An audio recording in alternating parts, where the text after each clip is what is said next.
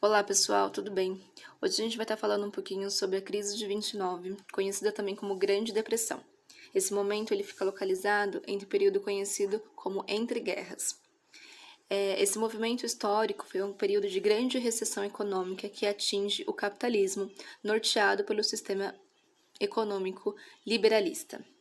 É importante que a gente pense, nesse momento, a importância desse evento para pensar a participação do Estado na economia e na sustentação dessa economia, e também como que esse movimento de crise vai influenciar diretamente nos movimentos e ascensão posteriores dos movimentos totalitários, como o nazifascismo. Então a gente vai ver ao longo dessa aula como que se deu esse processo e as suas principais consequências, não só para os Estados Unidos, como também para outros territórios. Como contexto histórico, a gente tem um período de reconstrução, principalmente na Europa. A Europa passa por grandes reconstruções nos países, nas grandes potências. Lembrando que os Estados Unidos, eles saem com uma grande potência econômica após a Primeira Guerra, por ter participado e financiado a guerra. A gente vai ter também um processo de declínio do poder das colônias, então o movimento imperialista e as colônias que se faziam presentes aí no contexto afroasiático começam um processo de independência. Então os grandes imperialistas europeus começam a perder o controle dessas colônias. A gente também vai ter uma participação industrial europeia muito reduzida no mercado mundial. Então, nesse contexto, a gente tem uma liderança da produção industrial norteada pelos Estados Unidos.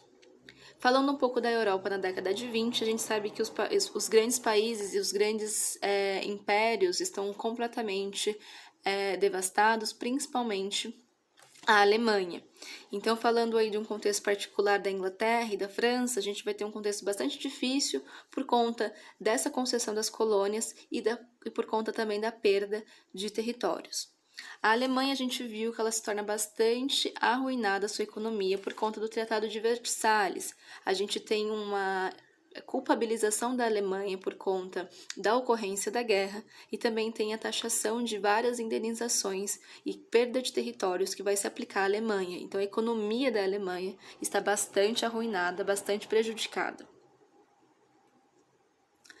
No contexto aí da Alemanha pós-Primeira Guerra, a gente vai ter a República de Weimar, que foi marcada por um contexto aí de grandes efervescências culturais, no quesito teatral, cinema, musical, e também, por outro lado, a gente vai ter bastante limitação econômica. A Alemanha ela vai acabar declarando em 1922 moratória, ou seja, ela alega que não consegue pagar as suas dívidas, não tem uma economia estruturada internamente, não consegue arcar com todas as suas dívidas e pagamento de juros e indenizações que foram estabelecidas a elas. Então, em 1922, ela declara moratória. A partir disso, a sua economia, uma tentativa de se reerguer e de se colocar aí frente a um possível desenvolvimento, começa uma política emissionista, emissão de papel moeda para que tenta recuperar essa economia alemã. Mas essa política acaba arruinando ainda mais, porque gera uma inflação muito grande e também uma desvalorização da moeda. Isso vai deixar a situação econômica da Alemanha ainda mais difícil. Os Estados Unidos eles entram nesse contexto como ajuda econômica, através de vários empréstimos norteados aí pelos bancos privados, e eles vão começar essa política aí de ações de ajuda ao contexto, ao Estado alemão, para que haja também uma suposta, uma pretendida dependência desse país com a economia estadunidense. Então, os Estados Unidos acabam auxiliando aí, economicamente a Alemanha. Então, é esse o contexto que a gente tem na Alemanha e pós-Primeira Guerra, essa República de Weimar com bastante modificações no campo cultural, e essa economia bastante devastada, e isso vai ser um fator, né, importante para que depois a gente veja nessa situação bastante crítica, bastante difícil economicamente, né, colocando aí questões sobre a própria democracia e o próprio liberalismo, né? Eles entram bastante em questão, abrindo margem aí à emergência posterior de regimes totalitários. Os Estados Unidos na década de 20, eles vivem os famosos anos, né, conhecidos como anos dourados, né, um período de grande prosperidade estadunidense, e eles vivenciam o que se chama, né, de American Way of Life, que é o estilo de vida americano, muito norteado aí pelo consumismo. Lembrando que os Estados Unidos pós-Primeira Guerra, ele sai como grande potência mundial, tem uma ascensão econômica, então o mercado e a produção industrial está bem em voga, né? Eles estão crescendo bastante, com muitos entusiasmos nesse quesito econômico, né? Então eles propagam, né, em vários campos sociais, culturais, publicitários, esse estilo de vida americano norteado pelo consumismo, né? Então a gente tem aqui a ideia de uma vida feliz, essa representação dessa família bem tradicional, bem moralista e puritana, vai ser muito norteada na sociedade americana, colocando aí, né, a ideia de liberdade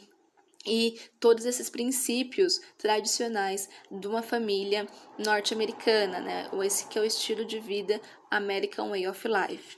Então, esses anos dourados, né, eles foram participados politicamente pelo Partido Republicano. E o Partido Republicano, ele acaba adotando, né, uma política isolacionista no quesito de não recebimento de imigrantes e também adota massivamente as práticas do liberalismo econômico na economia. Lembrando que esse liberalismo ele se vincula muito à economia, mas falando aí das práticas, né, sociais, a gente tem um forte conservadorismo e um forte, né, uma camada muito grande aí do puritanismo. Tanto que isso se expressa nos movimentos políticos, né, na elaboração de leis como a lei seca. Essa lei seca ela coloca o álcool na ilegalidade e ela visa defender os homens americanos dos males da bebida. Então a gente tem nesse momento uma grande revolta, né, uma grande mobilização da própria população contra essa lei e faz com que o tráfico e os contrabandos, né, principalmente do álcool, acabam sendo desenvolvidos e aumentados significativamente. Então, as características econômicas que a gente tem nessa sociedade, né, do American Way of Life, é basicamente acumulação de capital, investimentos no crescimento, né, demográfico e expansão do crédito. Então, o crédito, ele é uma política econômica bastante utilizada, né, mesmo que essa sociedade, essa família, né, não tenha dinheiro, é importante que ela financie, né, os eletrodomésticos, os aparelhos eletrônicos, o próprio automóvel, e o crédito ele se expande aí massivamente, principalmente nessa concentração de população, né, que é mais enriquecida. Então, a gente vai ter o outro lado da economia, né? Se de um lado a gente apresenta, né, apresentado aí esse estilo de vida norte-americano, muito baseado no consumo, padronização social e valores, né, democráticos liberais, a gente tem o outro lado dessa economia. A gente tem a forte concentração de renda, então uma desigualdade econômica muito grande e uma taxa de desemprego que cai, né, ao longo da década de 20, mas o salário ele não se diferencia, né, ele acaba não aumentando ao longo desse tempo. O que a gente vai ter também formação de bolsões de pobreza, uma indústria, né, que ela aumenta a sua produção e gera o grande fator, né, da crise, que é a superprodução. Então, ao mesmo tempo que a gente tem uma superprodução, não temos uma sociedade capaz de consumir a nível do que está sendo produzido. Isso vai gerar um descompasso muito grande, né, e posteriormente a quebra da bolsa de valores. Na agricultura, a gente vai ter também essa alta produtividade e por baixos preços, o que vai levar a um certo empobrecimento, né, dos agricultores, uma dificuldade de manter essa produção agrícola. E é nesse cenário, né, bastante difícil da economia, né, essa superprodução, baixas de preço, essa não aumento salarial, essa concentração de riqueza, que vai se dar o cenário aí da Grande Depressão, da quebra da Bolsa de Valores. Então, eu coloquei aqui: contínua e artificial prosperidade econômica chegou ao seu limite em 1929. E aí a gente tem um gráfico que mostra basicamente dois momentos, né? A produção industrial e o número de desempregos, né? Então, até 1929, a gente tem um número de desempregados caindo e a produção industrial aumentando. E aí, quando chega a quebra da Bolsa de Valores em 29, a gente tem uma subida muito drástica e acentuada do número de desempregados e a produção industrial caindo. E atentem-se para como que esse gráfico ele cresce muito com o número de desempregados. Isso mostra como que vai ser um impacto muito arbitrário, muito drástico da crise na questão dos empregos e toda essa produção industrial e econômica que estava sendo posta aí nos Estados Unidos. E aí a gente vai ter a especulação, né, um movimento aí de fraudes fiscais, endividamento das indústrias, valorização artificial de ações e os bancos, né? Os bancos eles expedem de modo desmedido crédito, né, até pessoas que não conseguem pagar posteriormente, hipotecas, né, para o setor agrícola, ou seja, há essa troca de valores, né? Então eles acabam hipotecando várias outras coisas para que não haja falência do setor agrícola. Esse setor agrícola também ele perde a sua liquidez, ele perde depois essa possibilidade de troca. Então é um movimento que fica muito estável, né? É uma sociedade que vai se endividando cada vez mais através dessa flutuação dessa moeda e que posteriormente não vai conseguir pagar tudo isso.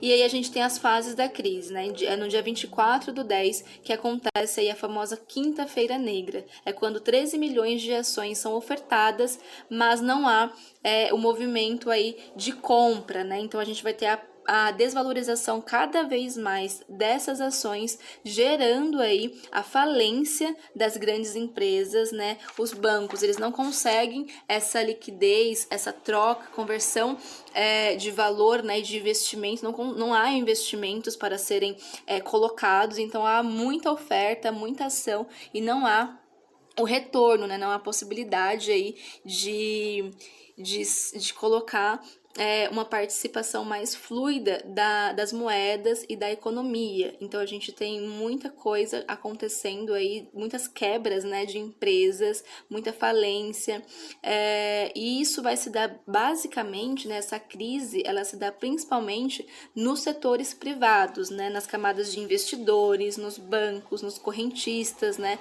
fazendeiros e industriais.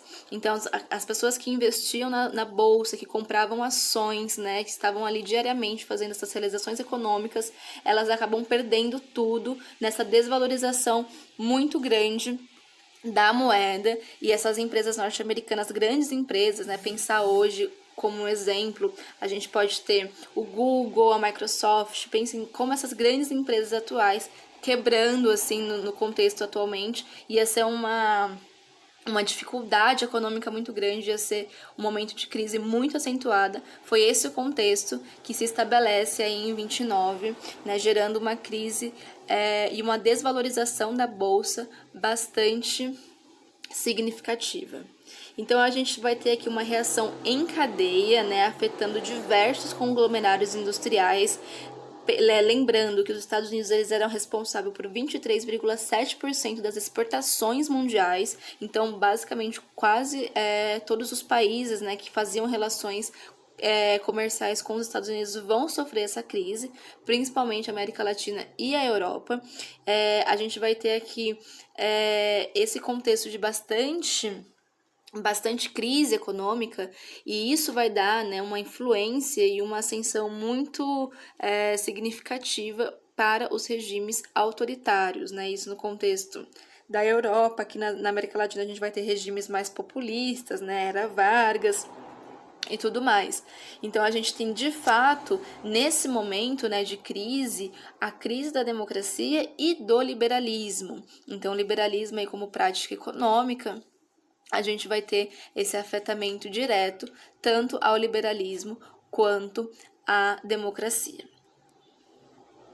Então, aqui como consequências, né, no contexto aí norte-americano, a gente tem mais de 110 mil empresas colocando aí, indo à falência, 4 mil bancos fechando, 13 milhões de trabalhadores desempregados, e isso vai fazer com que haja uma onda, né, de pobreza e desigualdade ainda mais acentuada no contexto norte-americano. Então, essas consequências reais, né, impactando aí a vida direta e material dos trabalhadores, dos agricultores, né, correntistas e fazendeiros, essa galera que dependia muito, né, estava muito atrelada aí ao setor privado. Aqui eu coloquei alguns trechos, né, que mostra aí como que se deu essa produção como que era o período da crise, né, essa força de trabalho, e como que se dá essa produção de discos para pobres, né, colocando também praticamente toda essa sessão, né, o que para de acontecer por um tempo, e isso faz com que haja, né, um impacto não só na economia, mas em outros campos, né, nos campos culturais, nos campos artísticos. Então gera um mal-estar conjunto para a sociedade, né, principalmente a sociedade norte-americana. Aqui eu coloquei também outro trecho, depois vocês dão uma olhada sobre aí essa situação de desemprego e de pobreza que se instala nos grandes centros aí das cidades. E aí a gente vai ter a proposta aí, o novo acordo, né, como resultado, como alternativa aí a tudo isso, né, como é que vai se dar após crise, como é que a gente consegue reerguer a economia, como é que a gente consegue reerguer aí a política posta nesse cenário de crise. Então a gente tem esse momento do New Deal, né, que em 1932 a gente vai ter o governo, né, de um partido democrata que se coloca aí através da figura do Franklin Roosevelt, e aí ele vai se eleger presidente, e aí começa uma mudança, né, e novas perspectivas de reerguer essa economia estadunidense. E aí, a partir de 1932, que a gente tem as alternativas para o liberalismo, através do keynesianismo, né? A gente vai ter essa prática econômica muito bem estudada, que vai visar a ampliação e a demanda aí por investimentos públicos, né? Então, a gente vai ter uma certa participação do Estado na economia, formando aí o Estado keynesiano. E esse keynesianismo foi, de fato, uma alternativa possível para a emergência, né, para reestruturar essa economia que estava completamente em crise. Então, o que a gente tem aqui a partir disso, né, a participação do Estado e os investimentos estatais, né, na economia, na saúde, a construção de obras públicas, a construção de programas mais assistencialistas, o investimento na saúde, o investimento na educação, isso propondo, né, práticas do Estado. Então, o Estado ele começa a intervir diretamente na economia, aumentando aí a sua arrecadação de lucros e de desenvolvimento para que haja esse reerguimento da economia, né, para que haja empregos e tudo isso acabe de uma certa forma se reestruturando. Então, basicamente, o keynesianismo, né, essa participação e essa atuação do Estado para reestruturar e sustentar essa economia vai dar muito certo, né? A economia ela vai conseguir se reestabelecendo gradativamente, e um fator interessante é pensar que ela vai se consolidar ainda mais no contexto de Segunda Guerra Mundial, né? Não sei se vocês se atentam a isso, mas as grandes guerras, né, as guerras mundiais, elas geram muitas violências, muita tristeza, mas também elas geram lucro, né? Nesse sistema econômico capitalista a gente tem uma lucratividade muito destinada e provinda do cenário de guerra. Então, é na Segunda Guerra Mundial que a gente tem esse restabelecimento da economia mais acentuada nos Estados Unidos. Eles conseguem se reerguer mais de forma melhor nesse cenário aí posteriormente que vai se dar no contexto da Segunda Guerra Mundial. Então, basicamente, gente, esse foi esse cenário de crise de 29, né, é um momento de bastante importância, porque tem muitas influências, né, no pós Primeira Guerra, e também tem influências no movimento da ascensão dos movimentos totalitários. É importante pensar, né, que o capitalismo, que a democracia, ela se torna uma questão, que esse liberalismo econômico, ele se torna uma questão, e também, né, pensar que, por outro lado, a gente tem a ascensão de regimes socialistas, né, como a União das Repúblicas Socialistas Soviéticas. E aí a gente coloca, né, o mundo, quando olha essa crise do capitalismo, essa crise do sistema liberal, começa a ver com outros olhos, né, outra possibilidade de sistema econômico, né, como o socialismo. Então, o socialismo ele ganha mais